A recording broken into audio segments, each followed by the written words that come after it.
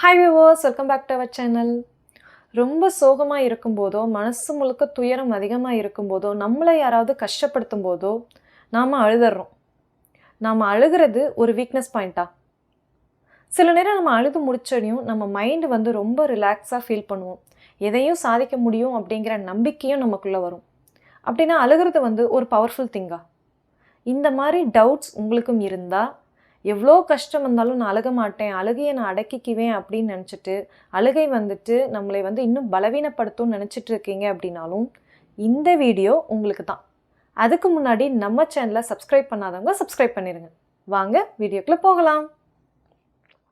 நாம் மிகவும் மன கஷ்டத்தில் இருக்கும்போதோ, நமக்கு வேண்டியவங்க நம்மளை கஷ்டப்படுத்தும் போதோ, அப்படி இல்லை அப்படின்னா நமக்கு வேண்டியவங்களுக்கு ஏதாவது ஒரு கஷ்டம் நேரும் போதோ, நமக்கு ஏதாவது ஒரு இழப்புகள் ஏற்படும் போதோ நம்ம அழுக ஆரம்பிப்போம். ஸோ நாம் அப்படி அழுக ஆரம்பிக்கிறது ஒரு எமோஷ்னல் ரெஸ்பான்ஸ்ன்னு மட்டும் நீங்கள் நினச்சிங்கன்னா அது தப்பு. இந்த எமோஷ்னல் ரெஸ்பான்ஸ்க்கு பின்னாடி பார்த்தோம் அப்படின்னா ஒரு ஹெல்த்தி ரெஸ்பான்ஸும் இருக்குது, அதே மாதிரி ஒரு நேச்சுரல் ரெஸ்பான்ஸும் இருக்குது. அது என்ன நேச்சுரல் ரெஸ்பான்ஸ்? ஸோ நமக்குள்ளே இந்த மாதிரியான கஷ்டங்கள் ஏற்படும் போது ஆட்டோமேட்டிக்காக நம்ம ஸ்ட்ரெஸ் அதிகமான மாதிரி ஃபீல் பண்ணுவோம். அது ஏன்னு என்னைக்காவது யோசிச்சிருக்கீங்களா? நாம் இந்த மாதிரியான கஷ்டங்களில் இருக்கும்போது நம்மளுடைய பிரெயின் என்ன பண்ணும் அப்படின்னா கார்டிசால் அண்ட் அட்ரினலின் மாதிரியான ஸ்ட்ரெஸ் ஹார்மோன்ஸை ரிலீஸ் பண்ணும். ஸோ இந்த மாதிரி நடக்கும்போது நம்ம ஆட்டோமேட்டிக்காக ஒரு கட்டத்தை தாண்டி அழுக ஆரம்பிச்சிருவோம்.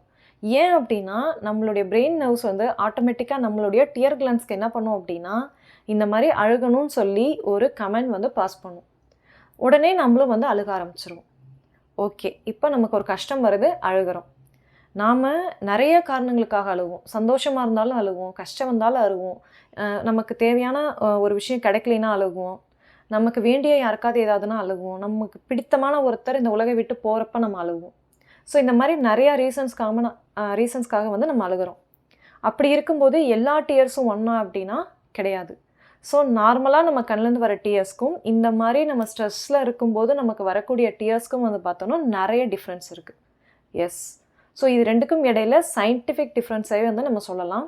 ஏன் அப்படின்னா நாம் இப்போ இந்த சுச்சுவேஷனில் அழுகும்போது நம்மளுடைய கண்ணிலேருந்து வரக்கூடிய டியர்ஸில் நான் சொன்ன இந்த ஸ்ட்ரெஸ் ஹார்மோன்ஸ் அண்ட் நம்ம உடம்புல இருக்கக்கூடிய டாக்ஸின்ஸ் இது எல்லாமே ரிலீஸ் ஆகி வெளியே வரும்.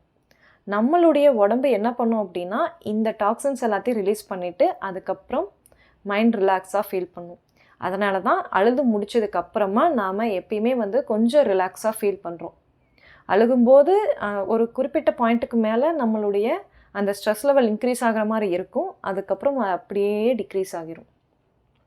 ஸோ இதை நம்ம என்னன்னு சொல்லலாம் அப்படின்னா நம்மளுடைய மைண்டை ரீசெட் பண்ணக்கூடிய ஒரு பட்டன்னே இந்த அழுகையை நம்ம சொல்லலாம். இந்த கண்டென்ட் நான் இப்போ பேசும்போது எனக்கு ஒரு கவிதை ஒன்று ஞாபகத்துக்கு வருது. ஆக்சுவலி இந்த கவிதை பார்த்தோம் அப்படின்னா மனுஷ்யபுத்திரனோடது.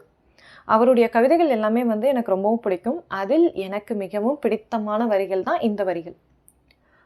ஊருக்கே கேட்கும்படி நீ விம்மி அழுதாலும் ஏனென்று யாரும் கேட்கப் போகிறார்களா?